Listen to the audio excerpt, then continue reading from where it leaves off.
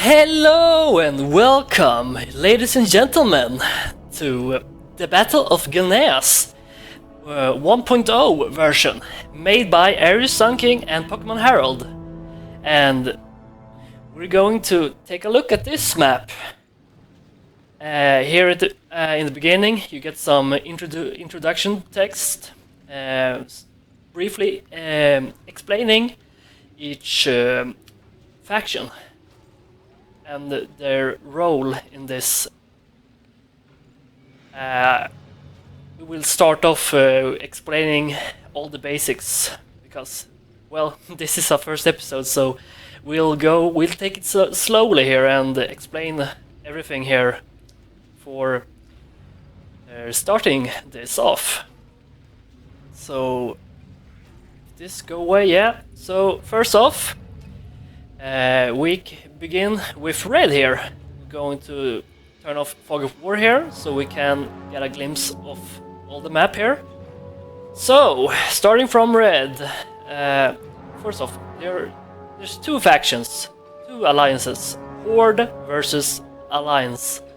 And of Horde, it consists of red, purple as Forsaken, and green as the Apothecary, as Lidon, yeah.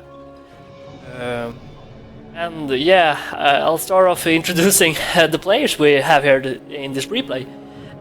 Yes, as red we have Max Lifer, purple we have Lethal Flail Fist, orange Stranger, Stuffer as green, and pink is just an observer, as well as dark green and brown, so don't think about that. Gray got Arch Knight, and light blue we got XT Toby. Yeah, man. So okay, first off, here we got red, and red. What the biggest role red has in this is that he needs to fight over Tulbarad here. He needs to take over the island. Well, first off, I should explain the map here. I mean, it's called Battle of Gilneas, so it's based on, I believe, on the events from World of Warcraft, when the Horde is attacking Gilneas. Actually, yeah. So, well, anyway, I shall briefly just show all of our teams. Well, we got red here as the Orcs, the brutish Orcs, with their leader, the hero, Kramash, the left hand of Garrosh, I'd guess. I don't actually know who he is, so if you have any idea who Kramash is, you write it in the comments below.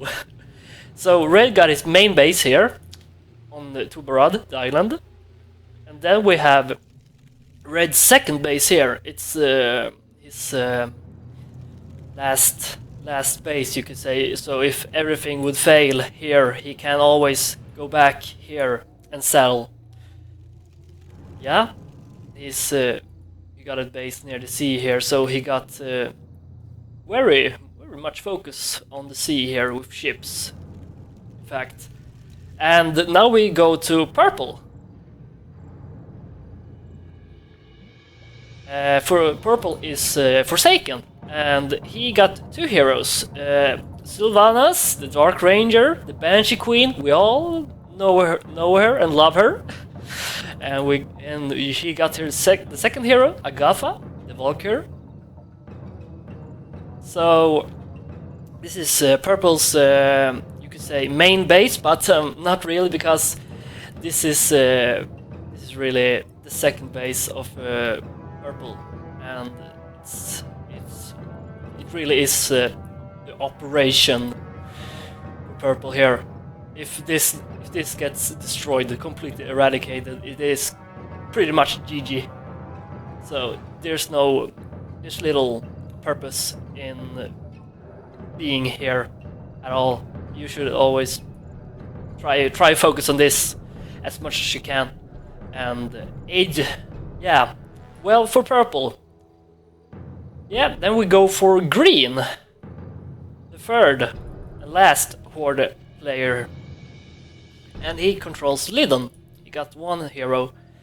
And he got one base here. And then this is yeah, this is the staken forward post. So this is pretty much to hold off all the attackers who will come and attack here. It is yeah, like the name implies, Forsaken Forward Post should take and hold this land.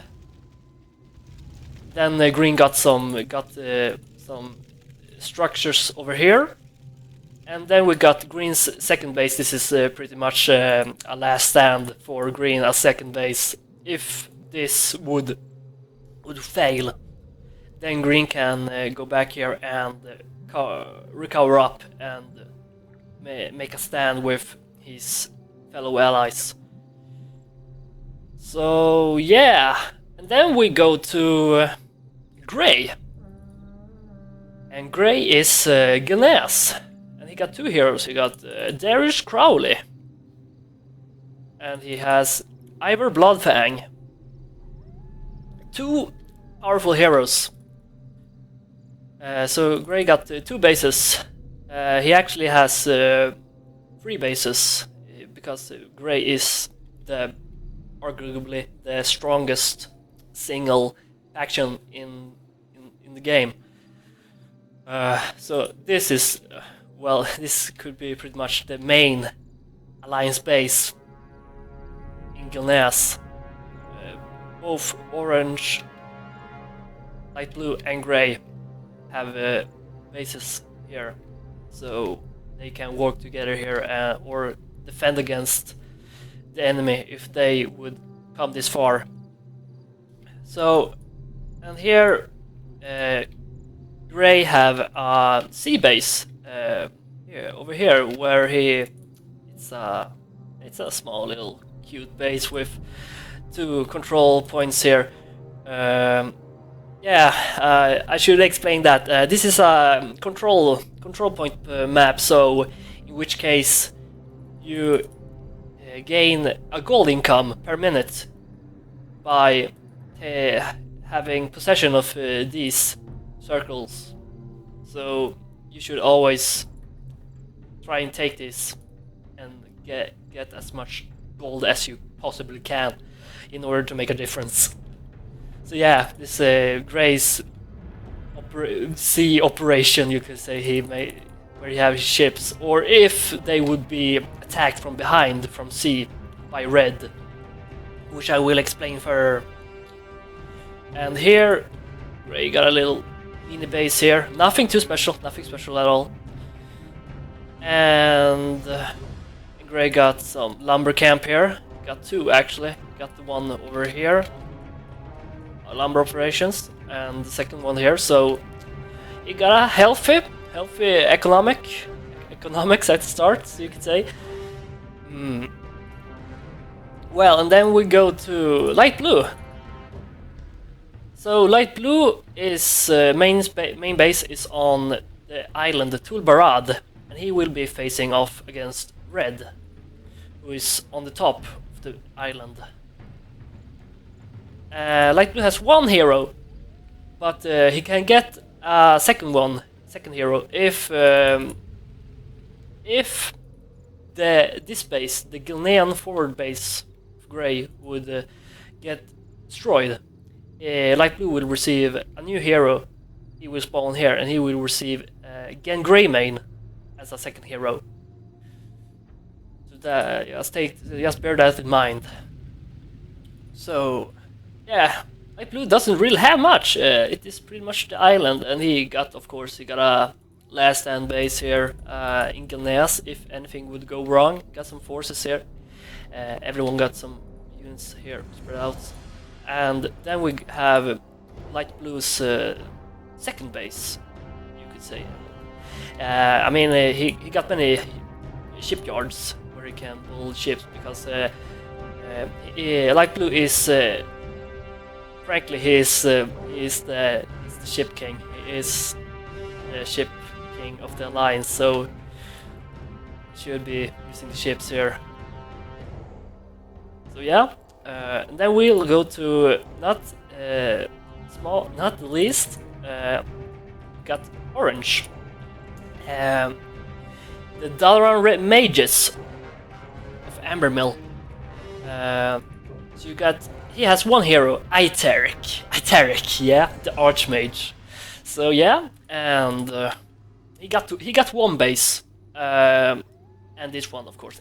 All of the alliances team players have a base here in Gilneas, but this is orange main base, and yeah, it's pretty nice. And then orange has one little mini base here on the outskirts of the mountains in the mountain ridge here. Nothing special. I rarely see orange users utilize this little base here, and sometimes the enemies don't even attack it because it's not even worth it, because it doesn't have a circle, doesn't have an income circle here, so it isn't even worth it. So unless you can produce units and perhaps control snipe, then yeah. So yeah, that's pretty much all the bases and stuff for the teams. Now we will explain.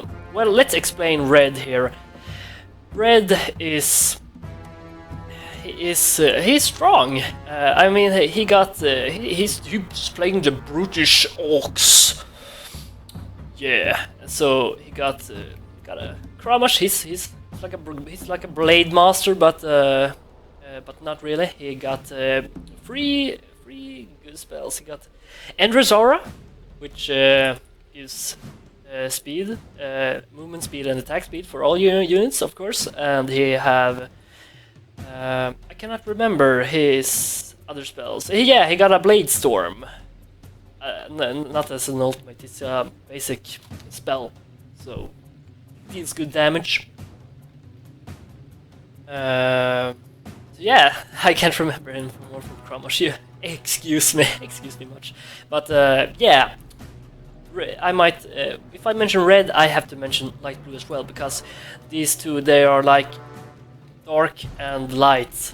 They are the opposites, not the opposites, but they are like, yeah. So they face off each other on this island here. And this can be pretty decisive. This can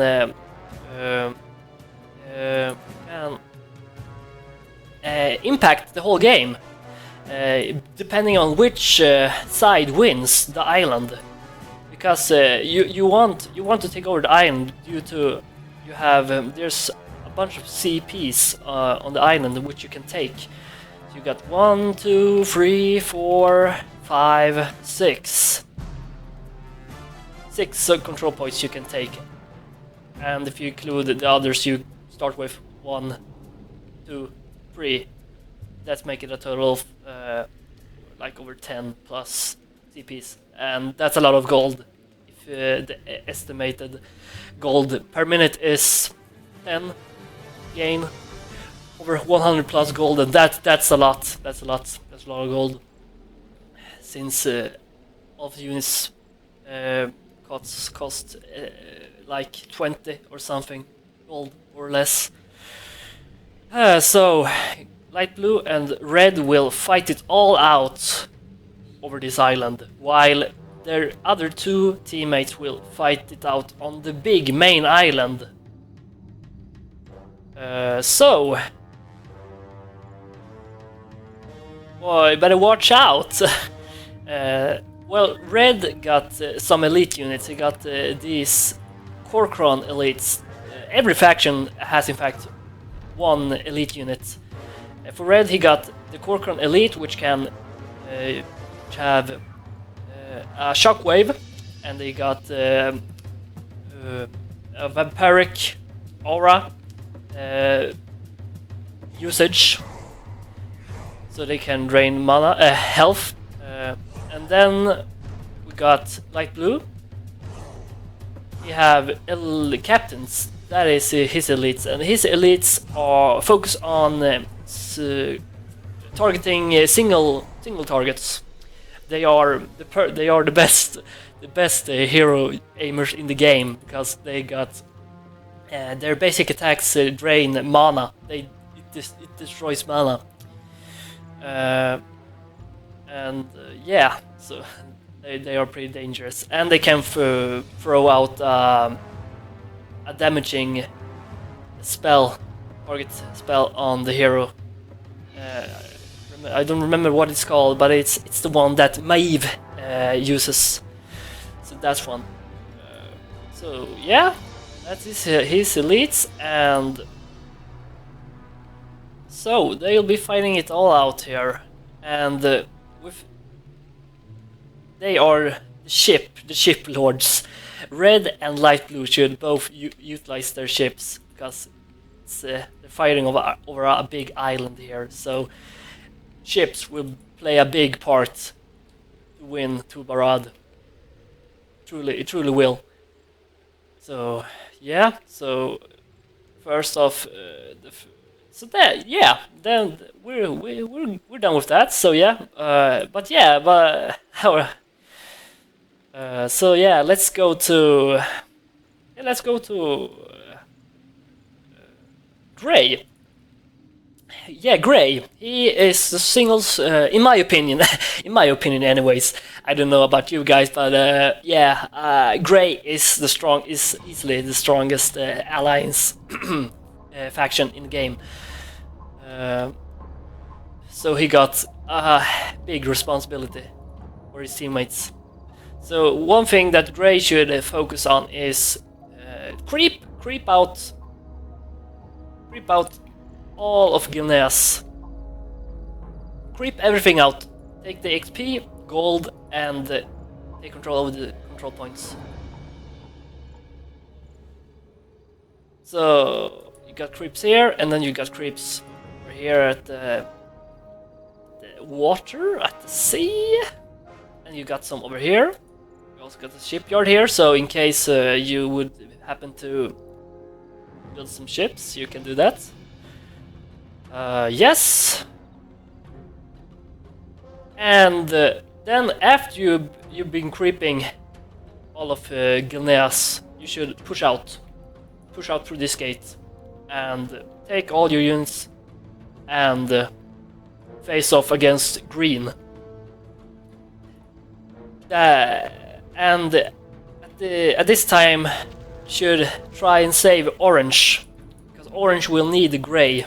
Will need you to be there for him when it happens. So because orange cannot with us against green alone. Or he could, but it's very hard. But then purple will come down as well and assist orange. So it's a race pretty much. It's who can save each one. If gray comes to orange and purple comes to green. So yeah, it's a big race here. So yeah, that's pretty much it. Then we go to orange. So orange, you're you are pretty stuck here. You pretty much you can do two things as orange, in my opinion. But first of all, you should creep. You should creep this. Take this. The first thing you do. You can do two things at the start of the game as orange. You can either push out, be aggressive, and creep all of this. Creep this, take this, and push green, attack green. So yeah. Or you can take a safe path that I usually enjoy doing the most. Is that you push up here. Most one thing I've noticed from this game is that many people, orange people, do not know of this. They don't even bother going up here. They don't. It's like they don't even know if it exists. So they pretty much just either stay here, or they go out and face off green. Then purple comes and orange dies. That's it. That's the game. I summed it all up. But if you go up here, you take out these creeps, take out the creep camp, these control points, because there's a lot of control points over here, up in the north, in the upper right of orange space. So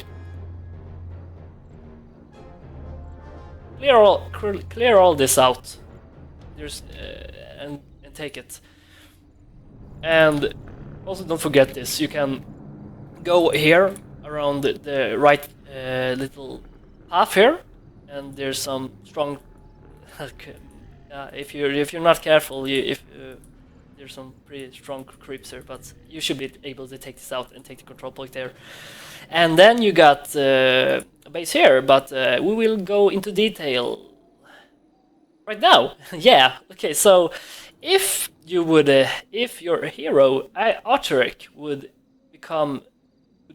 get to level 8, he can get this base just by walking over here and he'll take control over it, and you gain a new hero. Oh, sorry. Oh, sorry. How unprofessional. My phone was ringing in the background. I'm sorry about that. Oh, okay. So yeah, take this and you get a new hero. You get Henry Maleb as the second hero. So yeah, that is pretty much it. Now we will go to green, actually. Okay, green. I briefly explained a bit for him at start. So as green, you should take out orange. So yeah, that's or you got two choices. You either, well, first off, one thing you should always do as green is that you go and take out this Shadowfang Keep. If you take out Shadowfang Keep, you get this control point here, which is always good. With gold, more gold. I never say no to more gold. Always want more gold. You can never get more of it, less of it. And if you take this, you can create Ergol Worgen. This unit, it's a fairly strong hero. It's a very strong unit. It does chaos damage, and it has over 1000 health, and it got heavy armor, so it's a pretty beastly unit. It's very strong, and it's fast, move speed. It's a very strong unit, but it costs a little, but it's worth it. It's a very strong hero unit. And you got some ships here as green, so you can use your ships to attack here on this side, or you can assault here, grace Gilneas forward base here. But yeah, after you have taken this as green, you should either push down here, take this, and this, and attack here. Push gray. Take this out. Take out the Gilneas forward base here, because if you take this out, the Alliance Grey will have a hard time. I would say a hard time, but this is pretty much his base of operations. So if you take this out, it's pretty. And you also gain golden lumber by taking this out. So you get a big regain stature. Okay. So, or the second choice, you go here and push orange. You take orange out. So you can take and creep this, take this, take this out even if you want, but you don't even need to bother with this either. Usually it's a waste of time if you spend time here and take this out, and then Gray comes from behind and flanks you and takes all of this. So push in, take out Orange. He is weak. Yeah, he's very weak at the start. So the more time you give Orange, the more time he has to build up his defenses. Got 2 points to enter here.